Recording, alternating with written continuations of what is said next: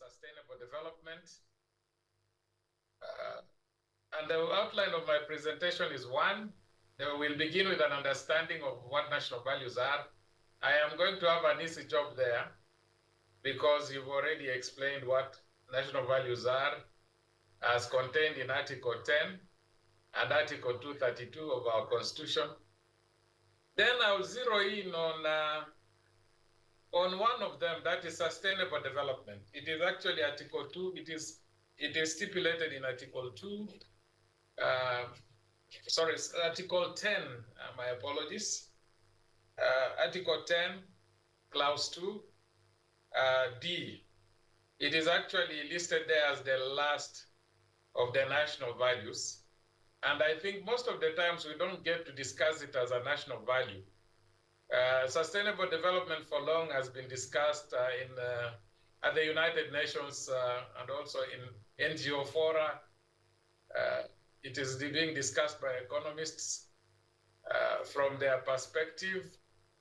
But today we will look at it as a national value and why it is important. We'll also examine the key ingredients of sustainable development.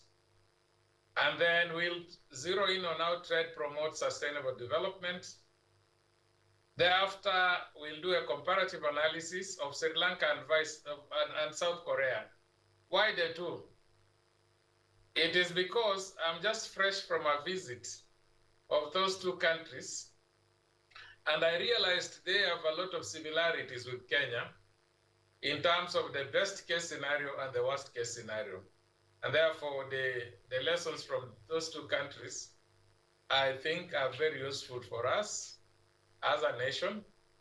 We'll specifically look at lessons for Kenya from South Korea, which I know has been discussed extensively in our lecture halls. But then we'll also look at lessons for Kenya from Sri Lanka. Sri Lanka has undergone economic crisis. I was there and I saw it for myself. And because it's not every day that Kenyans go to Sri Lanka, in fact, it is easier for Kenyans to go to South Korea.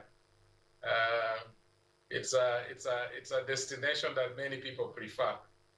South Korea, Sri Lanka is not. And so having had the benefit of being in both countries in the last 3 weeks, I'll be sharing with you what I think are the lessons for our country from those two nations. So let's go down to the next slide. National values, Dr. Batari already explained together with Dr. Minja that these are our beliefs and principles. They guide the collective behavior of our nation. They shape policies and decisions and also societal modes. They influence the direction and priorities of our country. And then we have examples. Go down. In terms of Article 10, we have about 10 of them clustered together. We have patriotism. That is upholding love and loyalty to the nation, its people and the institutions. It is actually the opposite of tribalism, which we have practiced for a long time. National unity, that is fostering harmony, cohesion, and integration. Of course, national unity is an antithesis of any form of disunity. Sharing and devolution of power, by now we know what that is, because for the last 11 years, we have devolved systems of government in Kenya. And I was fortunate that at the beginning of devolution, I was elected as the first speaker of my home county of Turkana, and therefore I think I got to know what devolution is firsthand from that experience. The rule of law, this is something that we preach. This is something that we must live by as a society that is ruled by the law, but not man. The rule of man will be tragic compared to the rule of law. But there are certain things we have to adhere to: legal principles, accountability, respect human rights, and fundamental freedoms that are enshrined in our Constitution. Then democracy and participation. The whole thing about democracy and participation is that it is the people who decide what happens in a state, in a republic. And these values, if you look at them, they're in chapter 2, that talks about the Republic of Kenya. So we are not a monarchy. We are a republic, and that has been the case since 1963. Then human dignity, equity, social justice, integrity, and finally, sustainable development. I'm sure previous speakers have touched on some of those values. And for today, just to remind you, the significance and impact of national values for Kenya, as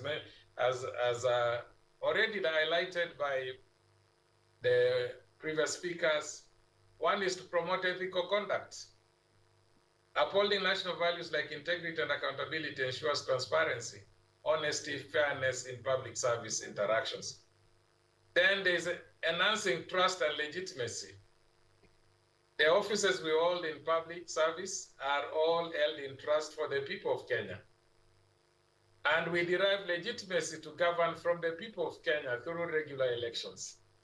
And so therefore, these national values are supposed to enhance trust, national trust, and legitimacy in our leadership and in our institutions. The third significance of national values is achieving sustainable development. And this is what we are going to be discussing in depth this morning. Then securing national unity. For diverse nations like ours, national values help us to live with each other, to respect diversity, to promote, national values help us promote inclusivity, which is important for cohesion and national unity. We have marginalized groups, and they are well defined in our constitution. They exist everywhere in our society. So what are the challenges in the implementation of our national values? I'll run very quickly. One is a weak governance structure. In fact, Public Service Commission recently released a report that shows that our compliance across the public sector is at 46%. That is under the water for public officers and state officers. We are under 50% in compliance. So speaks to weak governance structures. Weak enforcement. Enforcement is a challenge that we face within government.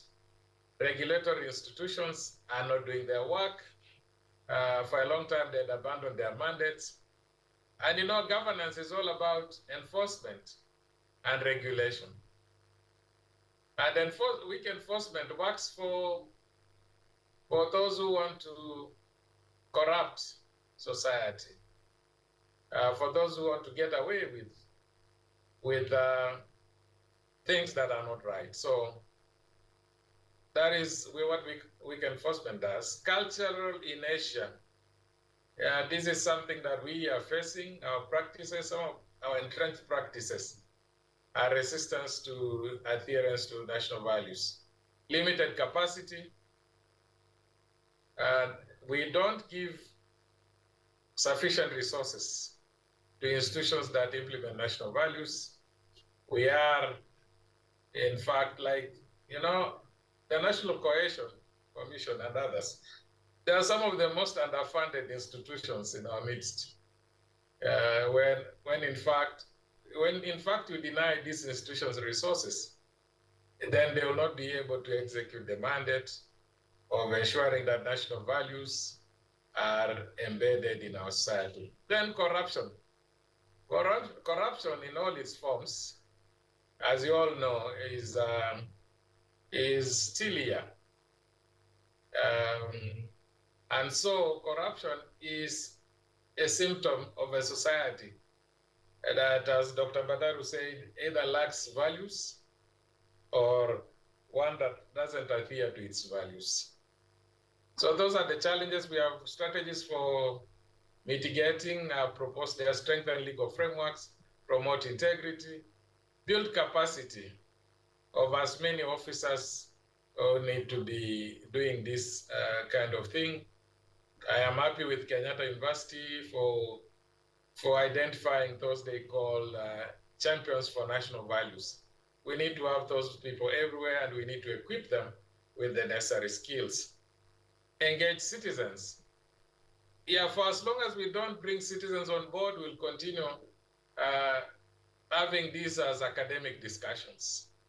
So it is our interest as a country to bring on board our citizens wherever they are across this country so that they get to participate and to all elected and appointed officials like myself to account for decisions they make. And this is where public participation, which is a principle that runs across our constitution, this is where that comes in, the participation of the Kenyan people.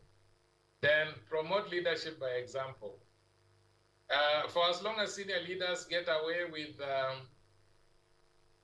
violation of national values, it becomes very hard for citizens to follow, to listen to this kind of talk because of the bad example set by senior leaders at our level. And so it is important for leadership, and especially at the highest level, to embrace national values. Let's move. What is sustainable development? This is now the value that we are discussing this morning. As you all know, there's that universally known definition. It's accepted from the 1992 Rio Conference, and that sustainable development is the one that meets the needs of the present without compromising the ability of future generations to meet their own needs, balancing economic prosperity, environmental integrity, and social equity. What's the importance of sustainable development as a national value? The importance of this particular value is that it ensures long-term prosperity, not short-term. It enables us to protect our environment, foster resilience and inclusive growth, promote social equity, among other things. The link between sustainable development and national identity is that it reflects a country's commitment to responsible growth and stewardship of resources, shaping its global reputation and diplomatic relations. So it is this sustainable development is not just important to Asia locally. It is part of our identity globally as a nation and as a people. But more importantly, it is an indicator that we are responsible in managing our resources and also in managing our resources in a manner that is sustainable. Then, in fact, inclusivity remains an important ingredient in sustaining development across many. Yeah, inclusivity, which is also a standalone value, is still part of this sustainable development concept. Now, let's look at key ingredients of sustainable development. The first one is economic prosperity. And under economic prosperity, we're looking at balanced economic growth, job creation, and wealth distribution that is supported by investment in key sectors such as manufacturing, agriculture, and services. That is key. There's an example there of South Korea, what they normally call the miracle on the hand, 70 years later, from 1962. You can see that graph of their growth. Then the second one is environmental sustainability, which entails conservation of natural resources, reduction of carbon emissions, and preservation of biodiversity. And this is through policies promoting renewable energy, waste management, and eco-friendly practices. Go down. Then social equity and inclusivity.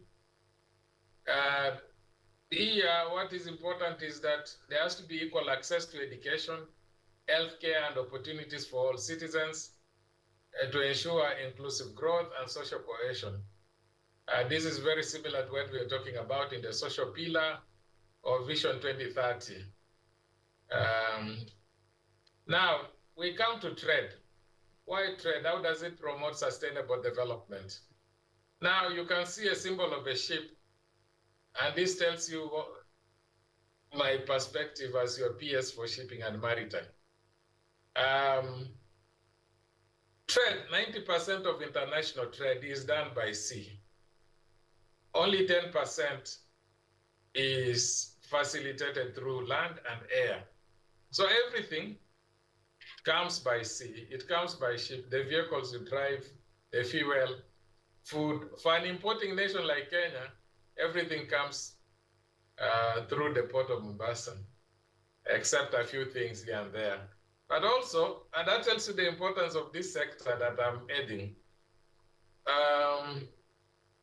But also, if you are exporting, then you again need to do that through shipping and maritime institutions. Now, let's look at Kenya. Where do we stand in terms of trade? As you can see, these are numbers from Kenya National Bureau of Statistics. It's a recent economic survey. These numbers, you see the trade component, export of goods and services, import of goods and services on one column, then the metrics. The value is in Kenya shillings, and it is in billions, for the last like 5 years, 2018, 2019, 2020, 2021, 2022. What we don't have is the data for 2023. If you look at those numbers, they show you that our imports are higher. The value of our imports is higher than, in every year, is higher than the value of exports.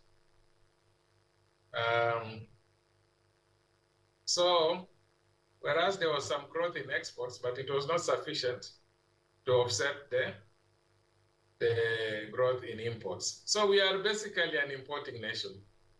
And one of the lessons I've learned here in maritime is that exporting nations have an advantage compared to nations that are net importers of goods. And so it is in our national interest to get into export. In fact, for shipping alone, Kenya loses 600 billion shillings, 600 billion to foreigners. That is the amount that we are losing through maritime transport to foreign companies that have shipping lines. Kenya doesn't have its own shipping line compared to some countries in the region.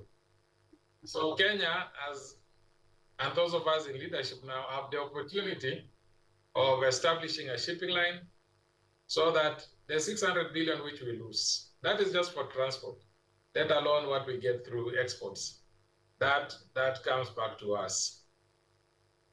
Our trade promotes sustainable development. So the point here is that trade can facilitate exchange of environmentally friendly products and technologies, driving innovation and efficiency. So Kenya needs to leverage on international partnerships to enhance economic growth while preserving its environment. Let's move. There are countries that I've cited a number of countries here. One is South Korea again. You know, South Korea has been an export-driven nation since 1973. That is when President Park, the then Korean leader, decided that Korea needed to become a manufacturing nation. Kenya, up to now, we are not a manufacturing nation. We can't even be considered to be one. So Korea, for the last over 50 years, has been involved in export-led driven commerce. And so that is why now Koreans are able to export vehicles, they manufacture vehicles, electronics, and they're able to export them to other countries. Then you have Germany. Germany, as you all know, is a European economic powerhouse. It is the largest economy in Europe. And it's actually built a formidable export sector around vehicles, machinery, and high-quality industrial goods. Here in Nairobi, you see people driving Mercedes-Benz and other vehicles that come from Germany. Most of the high-quality stuff is from that country. And so that's another example. Look at that graph. The red line is exports, the blue line is imports.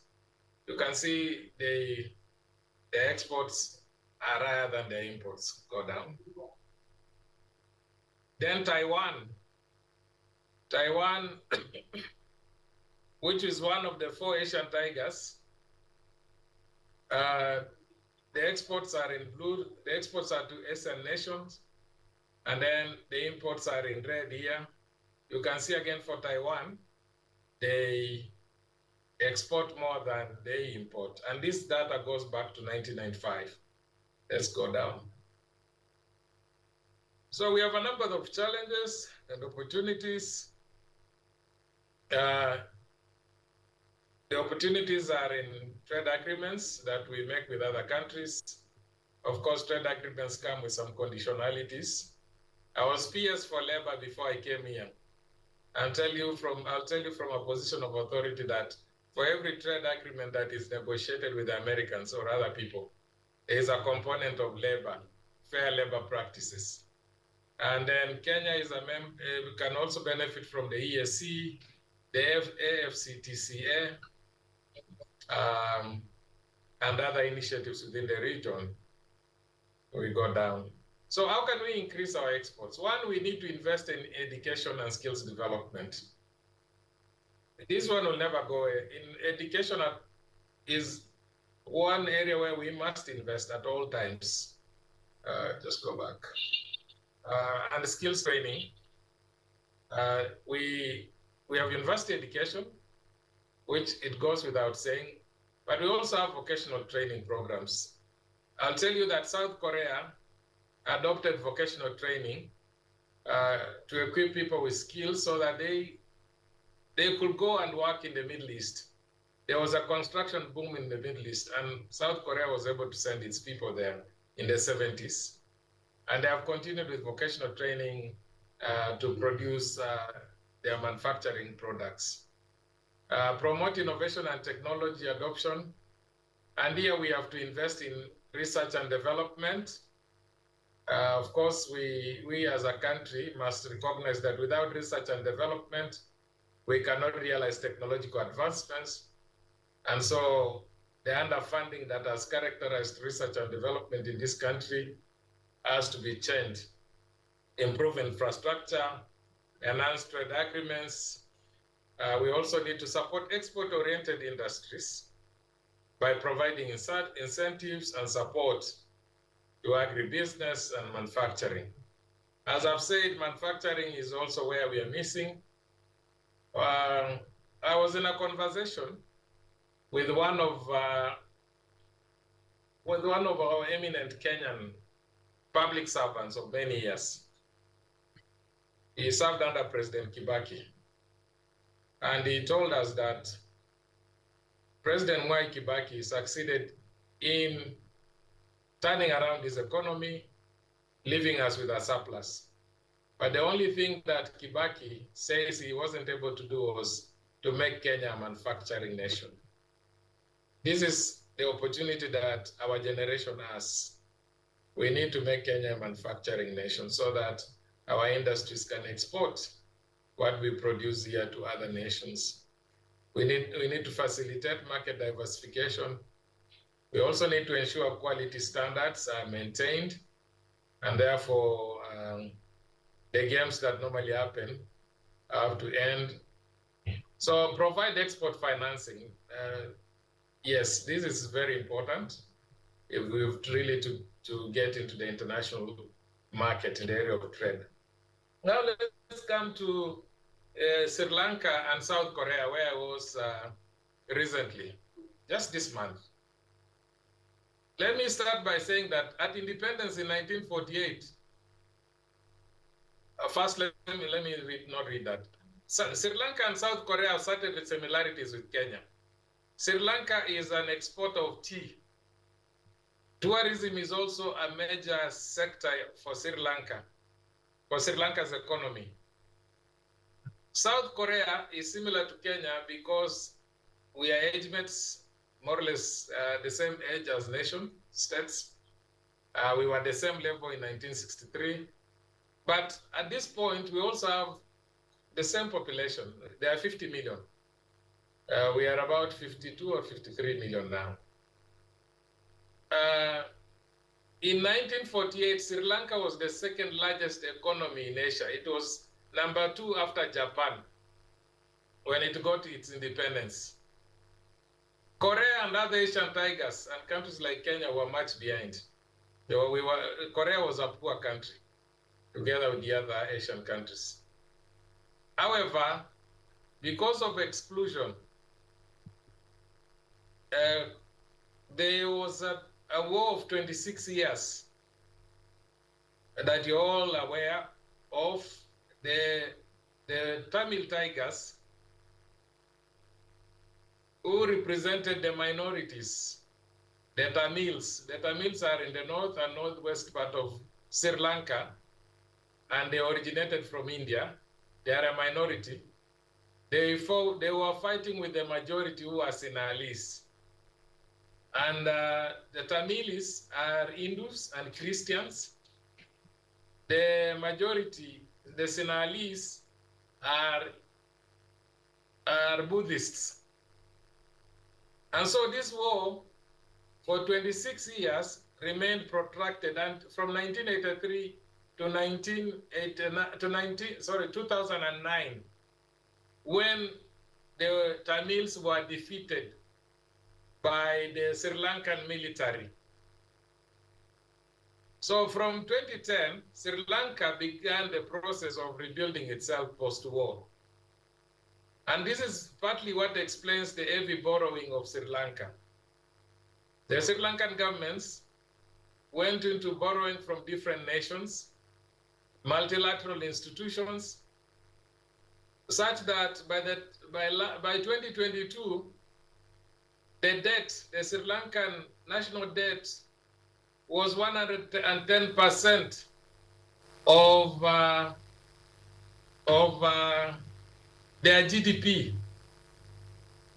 And so that is how they defaulted on the Chinese loan. It is the Chinese loan which they defaulted on, leading to the crisis that Sri Lanka has been trying to get itself out of.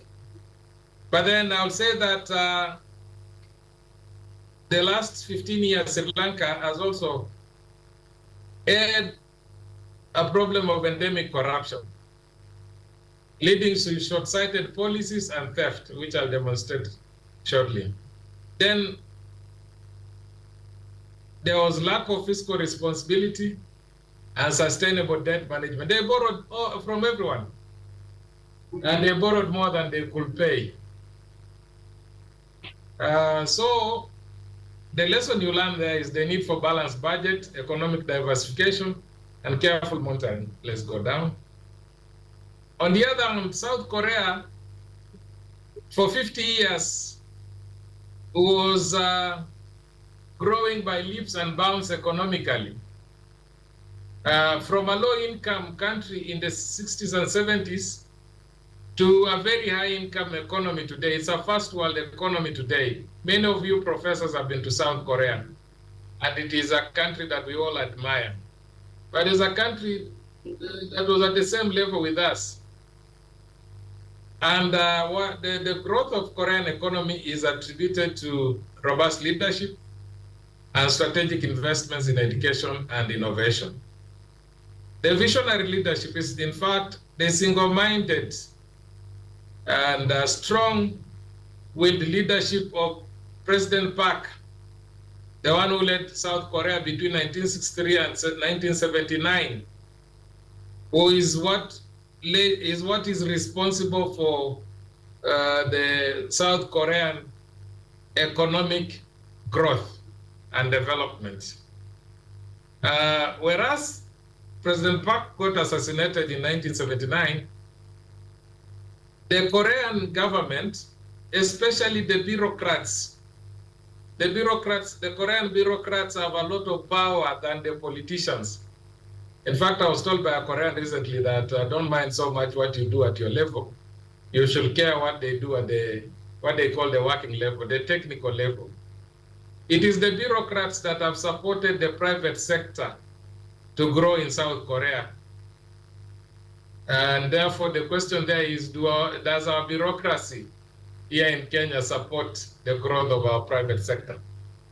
Okay, like the Korean bureaucracy. So that is where leadership matters.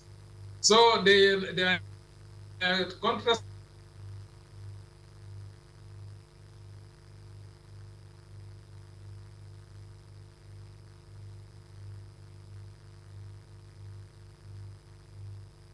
economic development and global competitiveness in 50 years. You know, even when they underwent the Asian financial crisis in 1997, South Korea was able to come out of it because of the role of government, in particular the bureaucracy. It was able to guide them out of that particular crisis, economic crisis. Let's go down. So the lessons, it's important to underscore the fact that South Korea is a nation that from the beginning also was involved in 5-year planning. In fact, it is said in some circles that their first development plan was very similar to ours. They went ahead and implemented theirs, and we didn't. The same is said about Malaysia. And so we need to be asking ourselves what happened to our planning. How come the people who had the same plans like ours were able to achieve high economic growth, leaving us behind? Today we are receiving aid from Korea. Korea, which was receiving aid like us, is now giving aid to other countries. Okay? So the lesson there is strong leadership and vision, investment in education from Korea, strong leadership, investment in education, export-oriented industrialization, infrastructural development, public-private partnerships, innovation and technology adoption. Korea today is a technology hub. There are some songs that we have here from there. Focus on small and medium enterprises. Korea, they have businesses called chaebols. They were actually small and medium enterprises, like our Juakali businesses. It is those chaebols which were supported by government to become the big conglomerates that we know today, like the Samsung, okay, the Andai. You know, those were small and medium enterprises, but today they are major global multinationals. And stable macroeconomic policies. Korea is a country that is anchored on prudent fiscal management and monetary stability. And especially after the Asian crisis, financial crisis of 1997, they were able to re-engineer their policies again. Regional and global integration, they are very active. Environmental sustainability, that is something they're embracing. Now, what are the lessons for Kenya from Sri Lanka? Sri Lanka, I think we are almost in here, we Kenya, we have to be very careful. There's a lot we need to learn from Sri Lanka. We are very fortunate that we have not defaulted on our debts. And so Sri Lanka recently, the crisis they went through was defaulting. And then inconsistent, because of inconsistent policy, that it's led to stagnation, high unemployment. So huge debt. I told you their debt is like 110% of their GDP. Then soaring inflation. The inflation was 31%. Bleeding of foreign currencies, the reserves in particular, lack of foreign currencies. Their currency is exchanging at 308.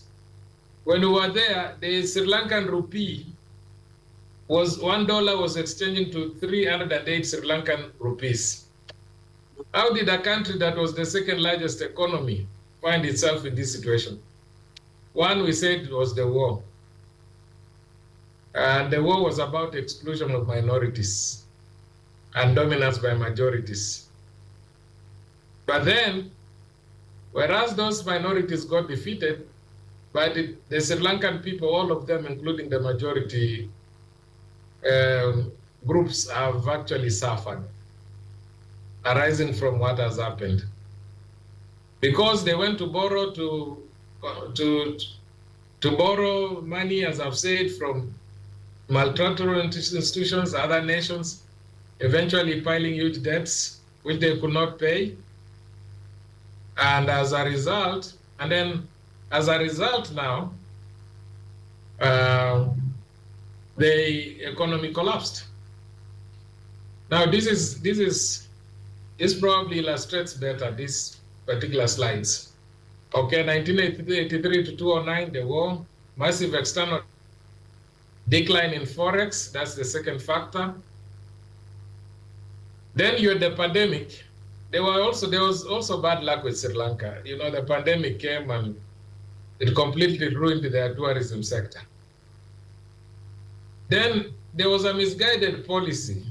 The Sri Lankan government banned usage of all chemical fertilizers because they wanted, this fertilizer story is everywhere. They wanted to use organic fertilizers because they are adopting green agriculture or environmental friendly agriculture. But you know, the production failed. And so there was a famine in Sri Lanka. All right, then high level of corruption in that is something that actually completely ruined the economy, because a lot of projects there, a lot of loans which were taken were just for individuals. Interestingly, the president of Madagascar, Sri Lanka rather, who fled, he was a war hero. He was the defense minister who defeated the Tamilis, and he got elected president with 52%. But his government collapsed within 2 years. He had a majority in parliament. It collapsed within 2 years. He was the president, his brother was the prime minister. Though they belonged to different parties, they were blood relations. And so in their government, corruption was well and alive. And so when Sri Lanka ran out of forex, they could not buy essentials. They could not import food. They could not import, petrol or fuel. They could not buy medicine, all things that you need to survive as a society. So what happened? Those who gave them money decided not to support them. Because, you know, the problem of defaulting is that if I borrow from you and other people know that I default, they will not be willing to give me their money. So who came to the rescue of Sri Lanka? Ironically, it was India. India, as you know, and Sri Lanka is like Tanzania and us. Tanzania coming out to bail out Kenya. They have had challenging relationships. So that is what led to the riots in Colombo and other cities. That president had to flee to Singapore, and a new government was formed. And so now they are trying to come back economically, but they still must pay the debts. Let's go down. So the lessons from Sri Lanka are there. They need to foster policy consensus. There is a lot of, the country has been in a crisis. They need to put their act together. All stakeholders must be brought on board in addressing this crisis. They need to address their macroeconomic imbalances. Interestingly, their central bank is not as independent as ours, so part of the mess was because of political interference with the monetary policy.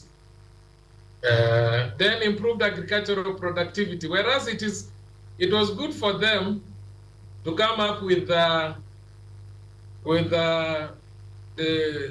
sustainable, environmentally sustainable agricultural practices, including organic fertilizers. But in the long, they should have allowed that to be introduced slowly.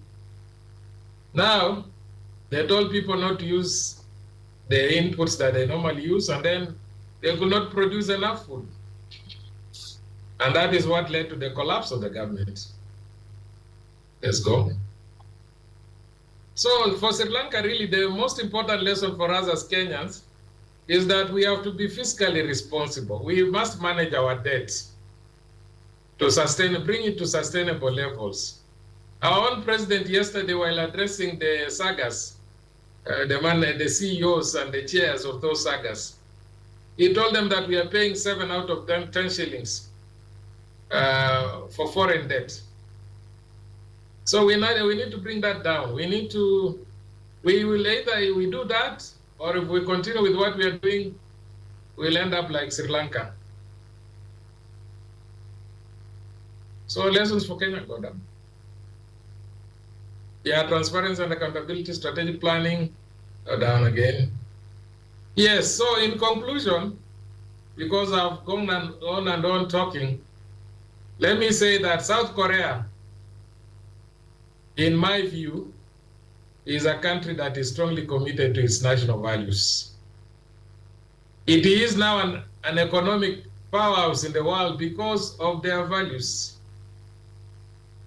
In Korea, there is respect for the rule of law and zero tolerance to corruption.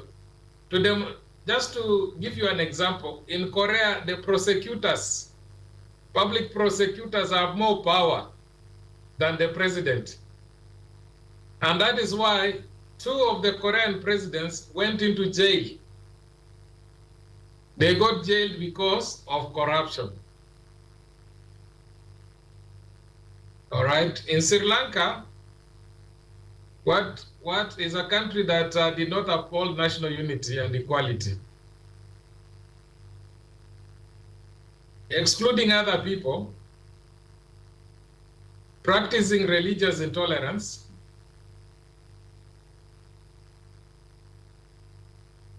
not embracing diversity, can lead any country to where Sri Lanka is. From being number 2 in Asia in 1948, that's 75 years ago, to being number last. So it is in our interest to embrace national unity. It is good for us to live together, because war either way, conflict either way, is costly even to those who are promoting disunity.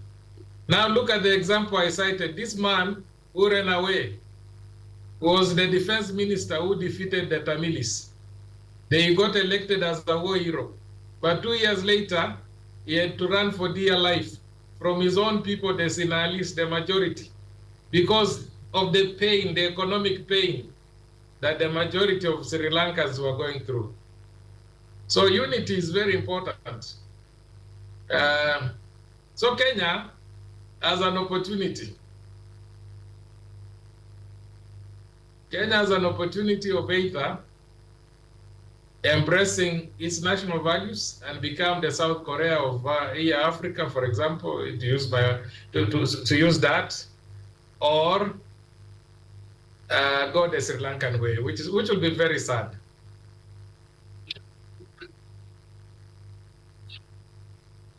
So we as Kenyan policymakers, stakeholders, citizens, we must prioritize sustainable development initiatives, including reforms in education, infrastructure, and governance.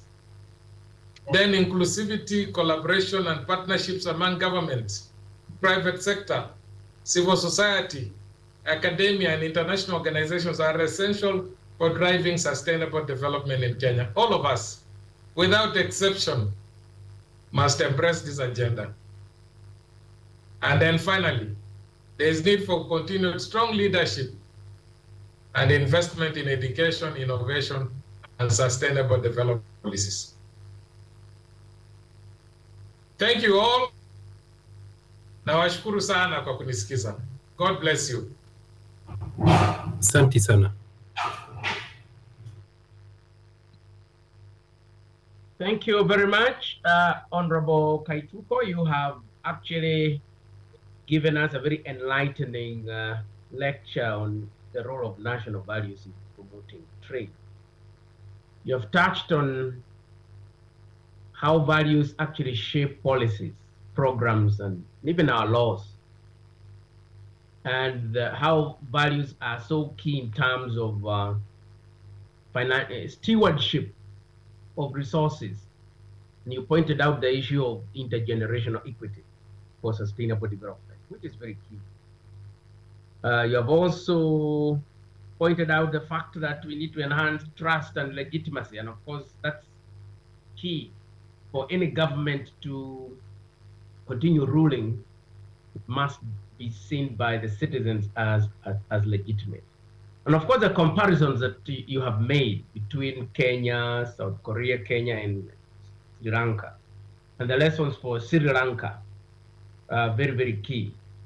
Of course, it's like you have ended in a very somber kind of an environment where you're telling us if we don't do something, we can actually move from the top to the lowest if we are not going to observe values, which is very, very key.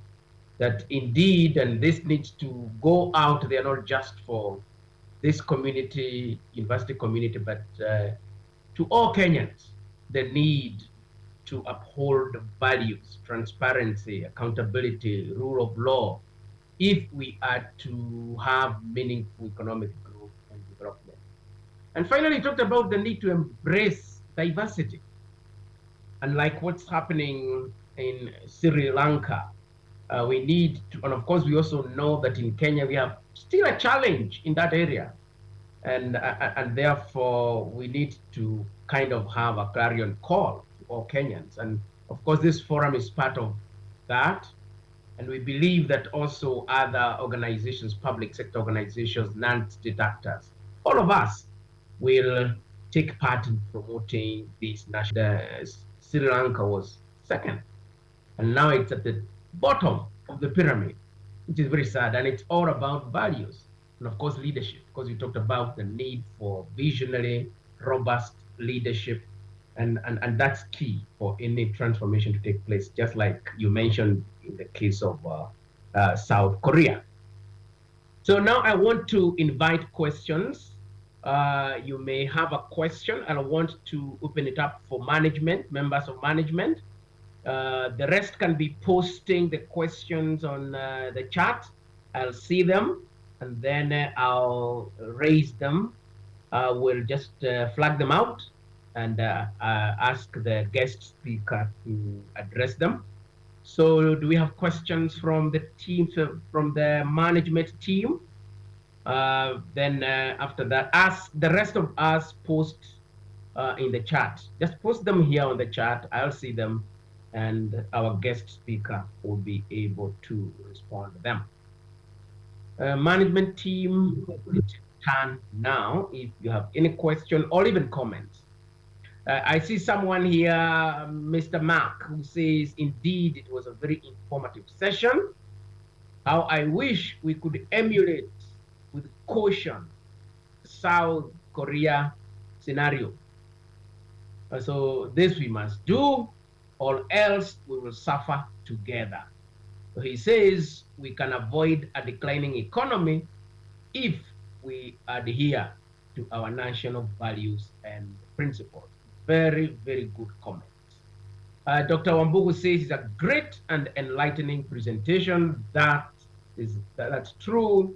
We can't underscore that. That's just the position.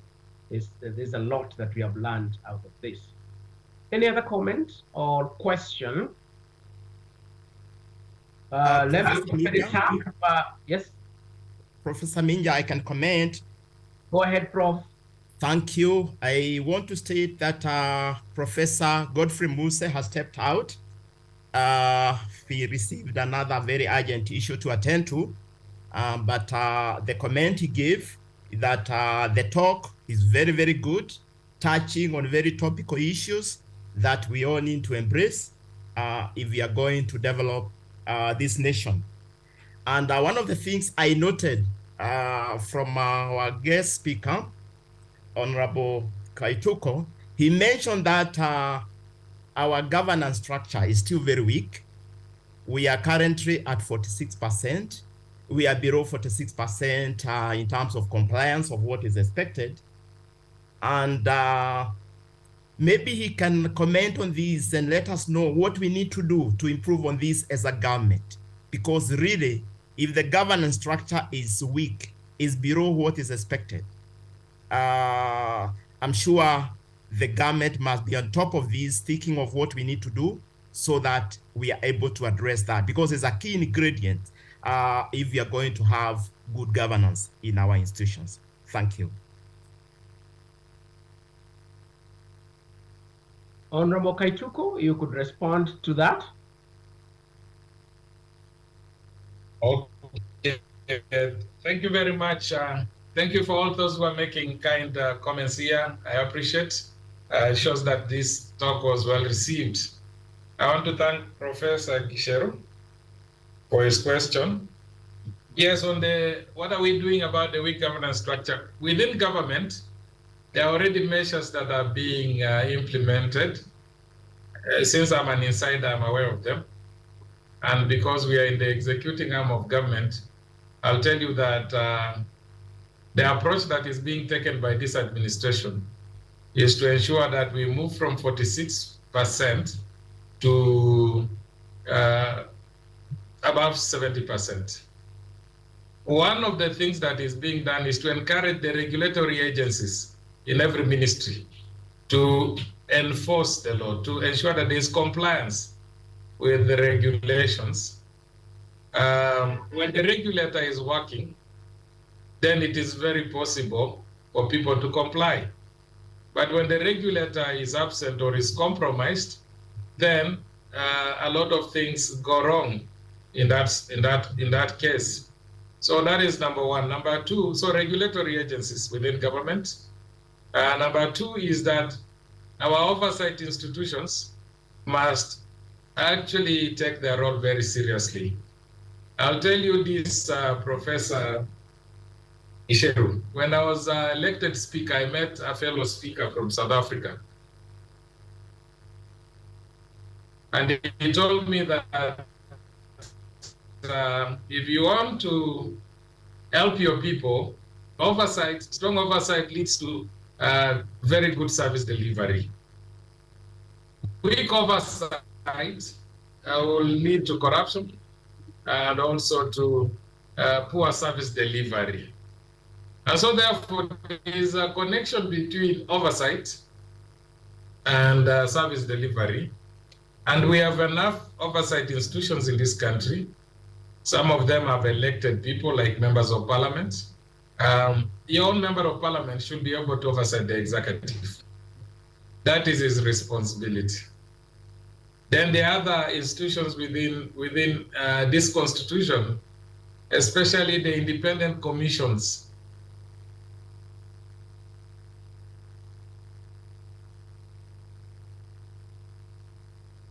Thank you. I will ask that is the role. Just picking them.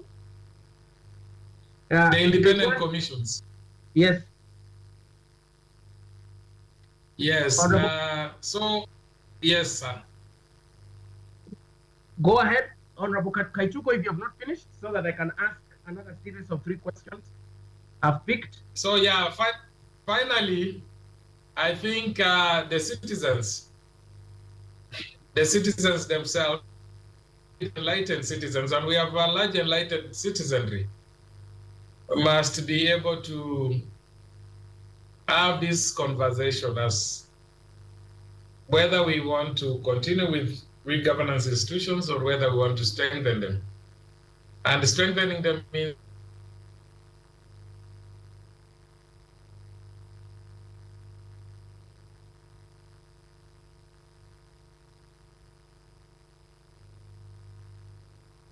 I've finished.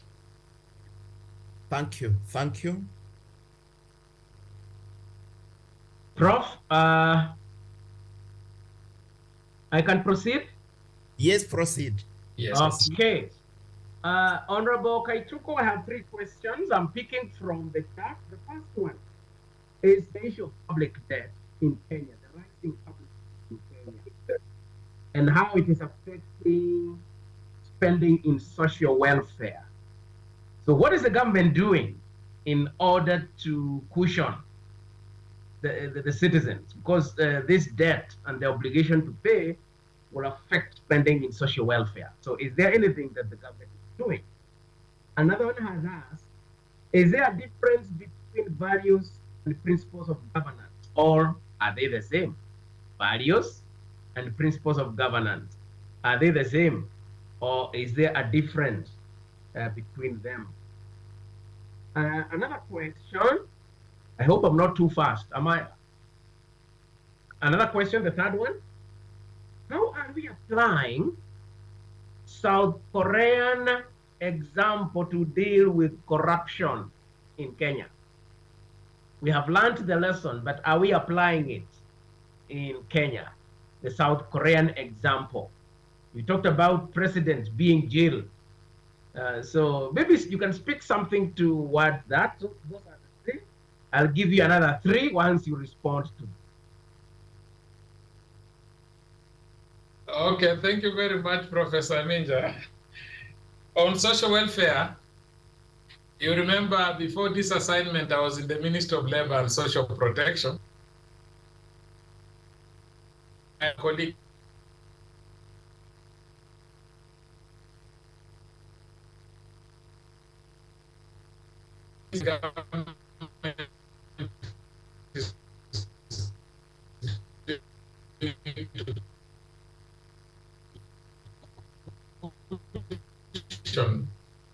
now is a program for the elderly, and it is a program that is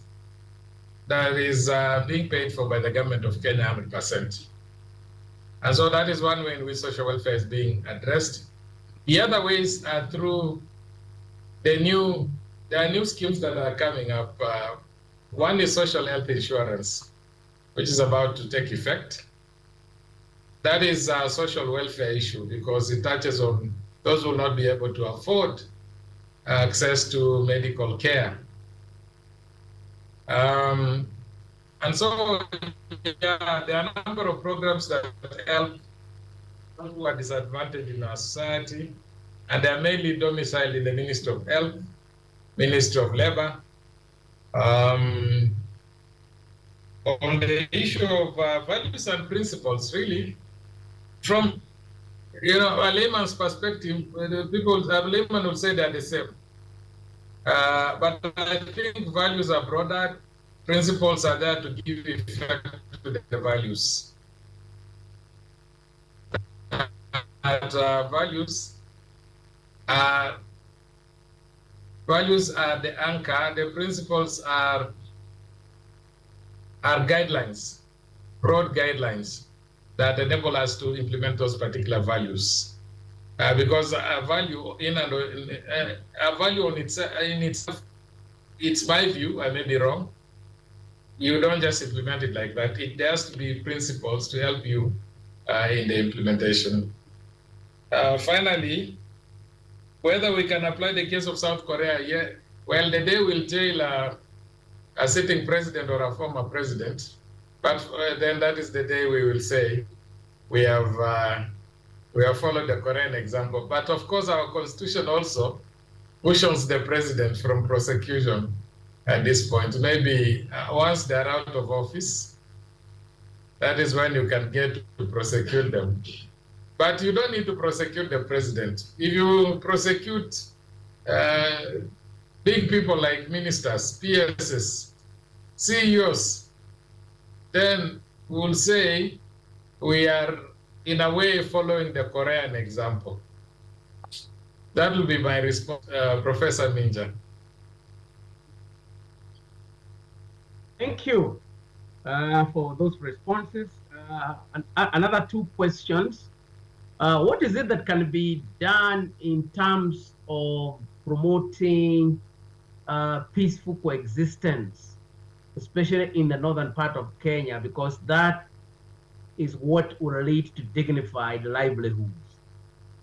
So what is it that can be done, and that will also foster sustainable development?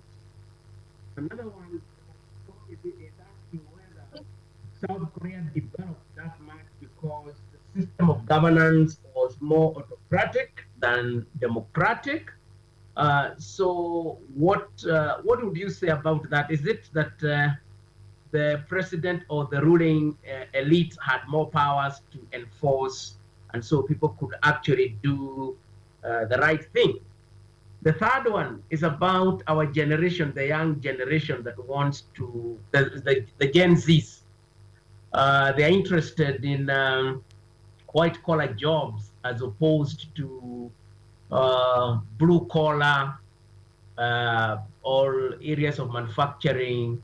What is it that we could do to help our Gen Zs to see that there is great potential and there is and growth in the blue collar sector other than just white collar, and so that we move that mindset that already the Gen Zs have? Maybe you could respond to those three. I beg your pardon, Professor Minja. Yes. I didn't get the second question. The second question was, do you think South Korea developed that much or transformed within that period because leadership was more autocratic than democratic? So that leaders were able to enforce things. Yeah, that was the question. All right, thank you. I get it. Let me begin with the first question.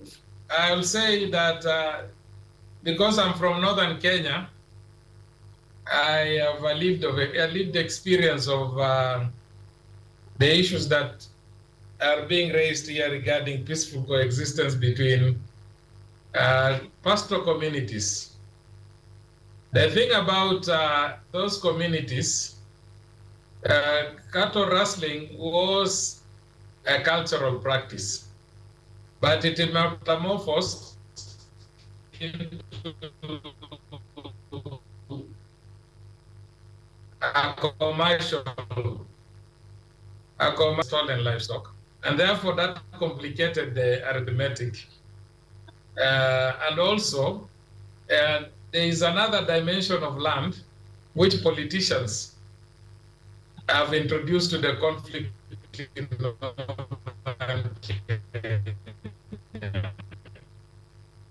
Now, if you look over time, large-scale in Kenya, banditry doesn't exist anymore.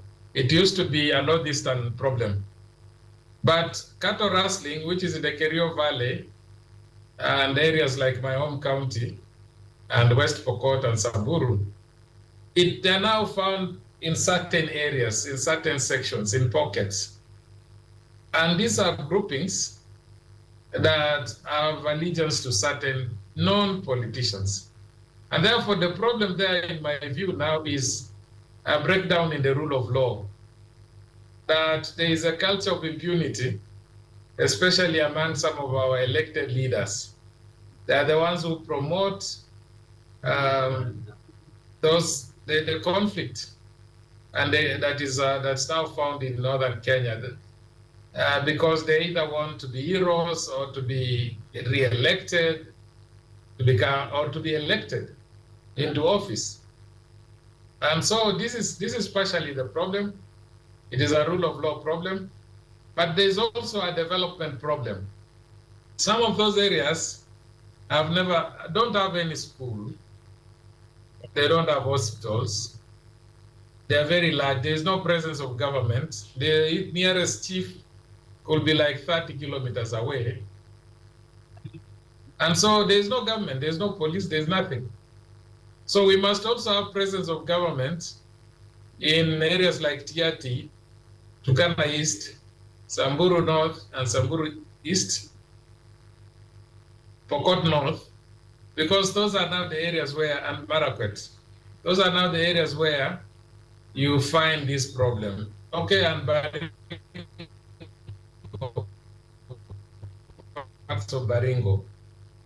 So, in my view, we are getting there, but we need to do more, and it needs a multidimensional approach. Development combined with enforcement of the law, and also education, ensuring that the people that go to school, those children don't become cattle rustlers. Probably, Professor,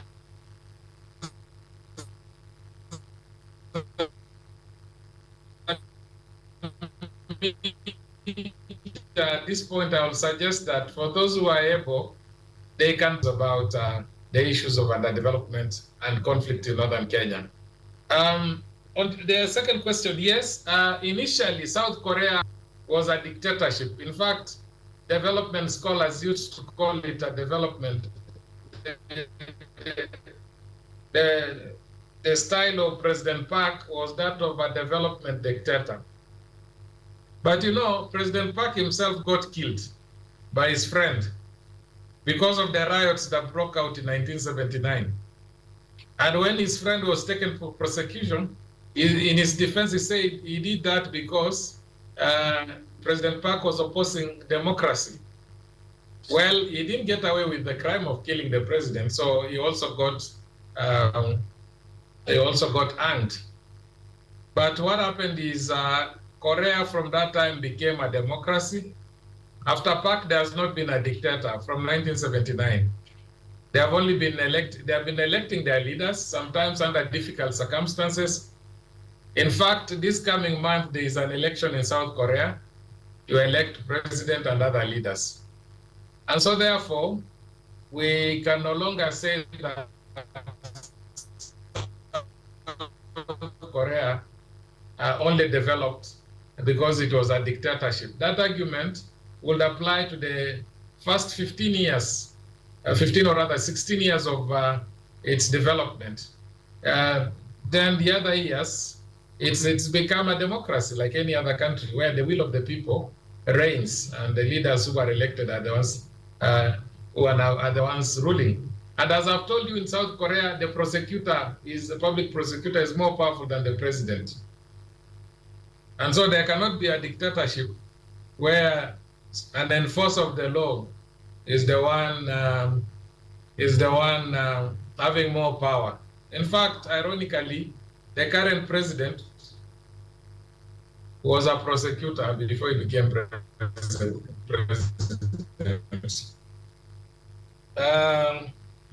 On the question of white-collar jobs, blue-collar jobs, this is something that I dealt with when I was in the Ministry of Labor. My other portfolio was skills development, because we were trying to encourage young people to embrace vocational and technical training. But we ran into resistance from parents, because most of us want our children to be lawyers, to be doctors. In Kenya, in its foundation, was a proper British colony. And in British colonies, there was training of more lawyers than engineers or those other people who are technically oriented. And so therefore, we must have a complete paradigm shift in terms of looking at the labor market.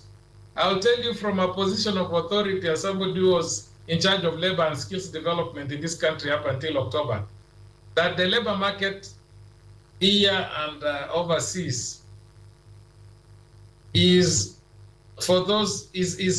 actually friendly to those who have more skills or skilled workers in different forms. And I know this is an argument that is normally not well received in university context. Well, no problem, but the labor market is a market. It's a free market. As it stands,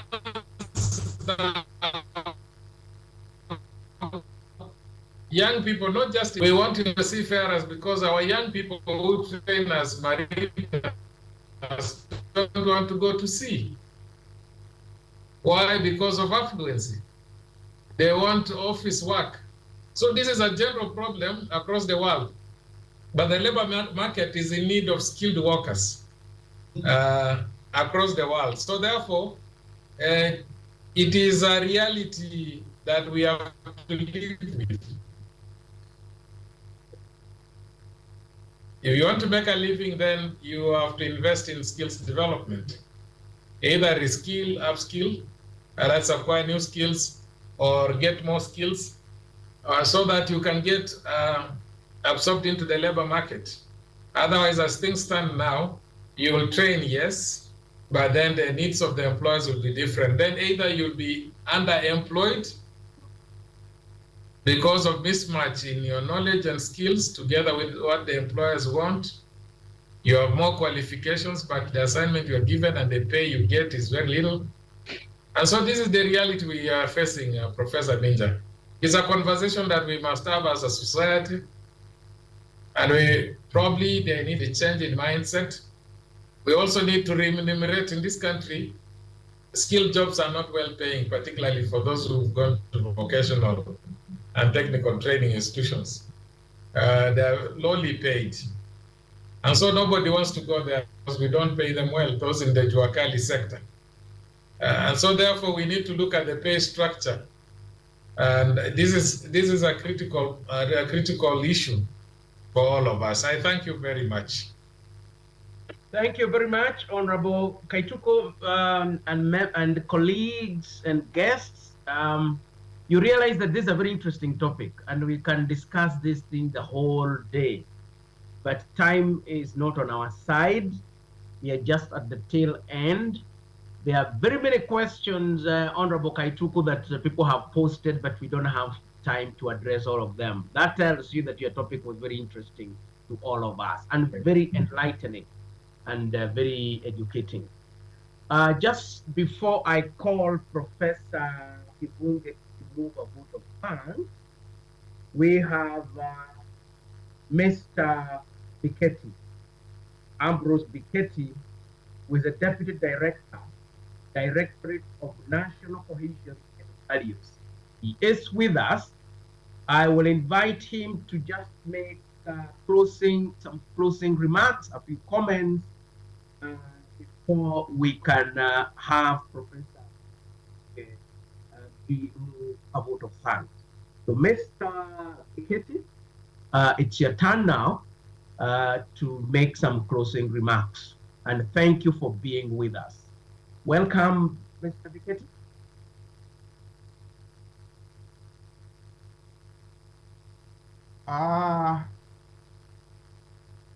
Thank you, Prof. I hope you can hear me. Yes, we hear you well. It's like my video is not working, but no problem. I think I want to agree that our PS has raised very serious issues, policy issues that we need to look at in terms of the realization of our national values.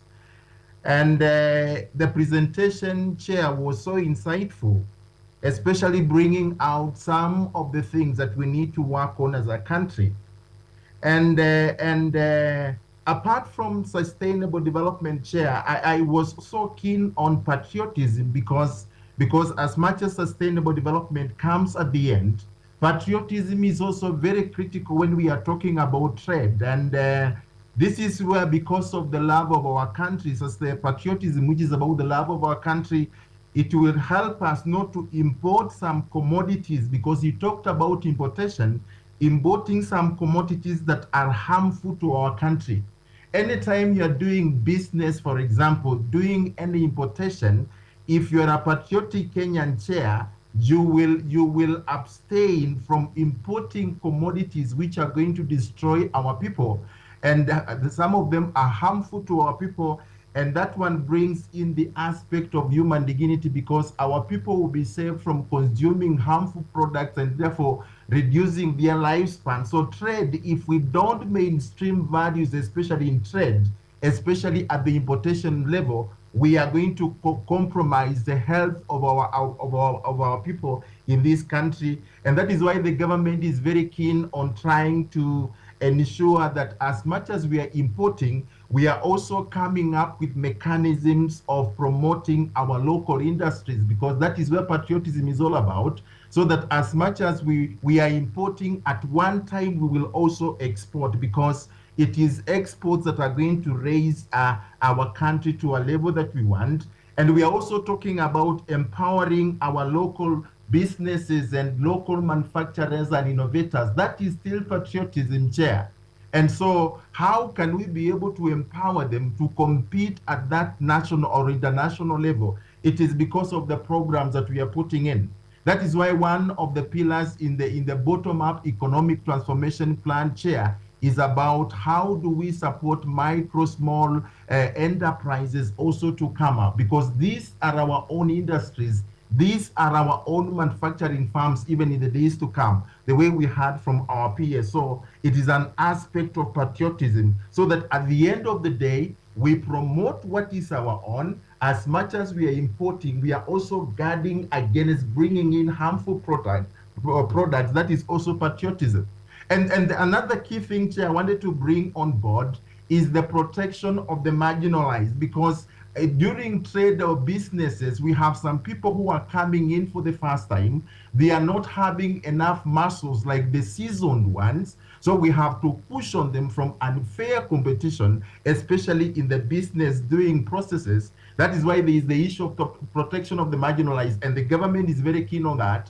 That's how we give incentives, especially to our local manufacturers and the innovators. At the end of the day, they can gain some muscles to compete at that level. But before they come to that level, they need a lot of support from government, from even good players, especially in the sector. And that's why we are talking about protection of the marginalized, Chair, and strengthening. One of the things that I liked about PS that brought out is the aspect of the rule of law, Chair. How do we streamline the trading processes, the business processes, so that at the end of the day, we weed out those people who are doing unscrupulous, they're doing, using the opportunity fine, but they are bringing in some commodities which we don't require as a country.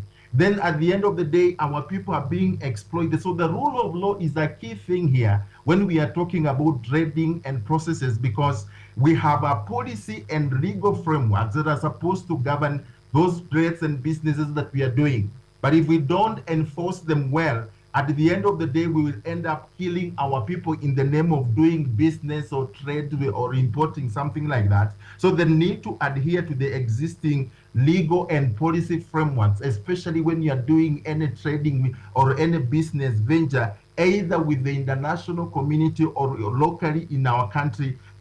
It will really help us. So we cannot run away from mainstreaming values, especially in what we do in the trading, right from patriotism, Chair. And we come to the issues of human dignity, because we have to protect our people to ensure they live well, issues of human rights, issues of supporting counties. For example, if they have a product which we can export at the end of the day, in the value of sharing and devolution of power, how do we support counties, because they are very good in a particular commodity, so that at the end of the day they can be supported to be exporting that commodity, value chain processes that we are coming up with as government. That's about sharing and devolution of power. Issues of transparency, I think the PS brought out very good. Issues of accountability at the end of the day, explaining to your people what happened. For example, when something has gone wrong, especially in your docket, and it's about leadership, coming out to say why this was imported, how did it come in without following the laid down procedures. That is about rule of law. That's about accountability. At the end of the day, Chair, if we mainstream all that, we will achieve sustainable development. But I want to say that it has been an insightful presentation. If we had time, we could have had more discussion on that, but we cannot run away from values, because it's like the software, it's like the engine that will drive the trade that we need to have as a country to help us move forward as a country. I have loved the discussion, the presentation, Chair, and I'm looking forward to the next one. Thank you so much. Thank you, Mr. Biketi. We hear you. This is a very good, very interesting topic, and very timely, and also your observations are very, very important as your closing remarks. So, Bwana PS, you can hear. that people are excited as far as this topic is concerned, would have wished to have more time, but we know your office is busy, and also the rest of us also have other assignments to do. We look forward to having another annual event, God willing, next year, and we will discuss on a different area, but within the context of national values and principles of governance. And now I want to take this opportunity to invite Professor Bernard Kibunge, Registrar Academic, to move a vote of thanks. Professor Kibunge? Thank you. Thank you very much, Professor Minja. I've just one thing to do to move a vote of thanks. Of course, a very interesting discussion by all means. I wish we would not just say it's annual. I wish we would do this more times. This has been a very interesting discussion, a lot of things for us to learn. So allow me to sincerely thank the PS, the Honorable Geoffrey Kaituko, for finding time out of his busy schedule to have this wonderful discussion with us. I truly appreciated your great conscience in keeping time. Maybe you didn't realize you finished your discussions by 11:05. You still had 5 more minutes for us. So I'm greatly honored to note that was good of you. The discussion was very timely, and you went on many things that truly enlightened us. So thank you very much. I want to thank also the Vice Chancellor, Kenyatta University, who through his leadership, we have had this discussion, and through also the committee that was appointed to take lead. The organizers of this debate, led by Professor Boni, we are grateful for the organization. Very well done. The participants, if the organizers did all that and the approvals were given and the PS was here and we had no participants, then it would not have meant much to us. Let me point out, I was keen with those who were listening to the debate. We had, the highest number was 242 participants as at 11:05, and that is good. Thank you also for the questions by the participants. You made it very lively, and the chats. Very many people took part on the wall, and I'm sure there are many other questions that you have posed. I would request Professor Minja kindly just look at a way of getting responses to these many questions and comments raised. And then on our wall, we can have them there so that we can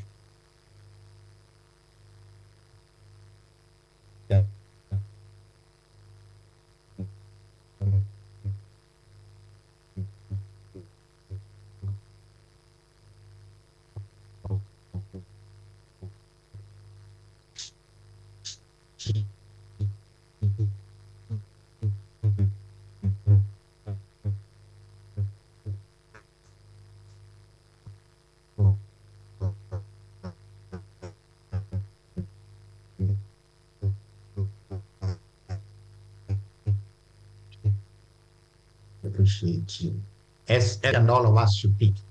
From we would say a very good example where they came from, what they have done, and that's what we should emulate as a country. You've also given us a bad example, Sri Lanka, where they were and how far they have gone downwards. It just tells us that we have the opportunity to grow, to be a good example to others. But if we are not careful, we can sink down the Sri Lankan way. My prayer is that now that we have the knowledge, we will step forward and move our country to the right direction. I have no doubt that we have the information and knowledge that we need as a country. Let's live it each day. Let's do what is right according to the values and principles. So those are my closing remarks. Thank you very much. I can take it back to Professor Minja. Thank you. Yeah, thank you very much. Our chief guest, other invited guests, students, staff members. This brings us to the end of our presentation. But there is a question, Bona PS, that I'm being asked here, which I'm unable to answer. Is it possible for us to get that insightful presentation that you have given us? So members are very much keen to have that presentation. It's a great one.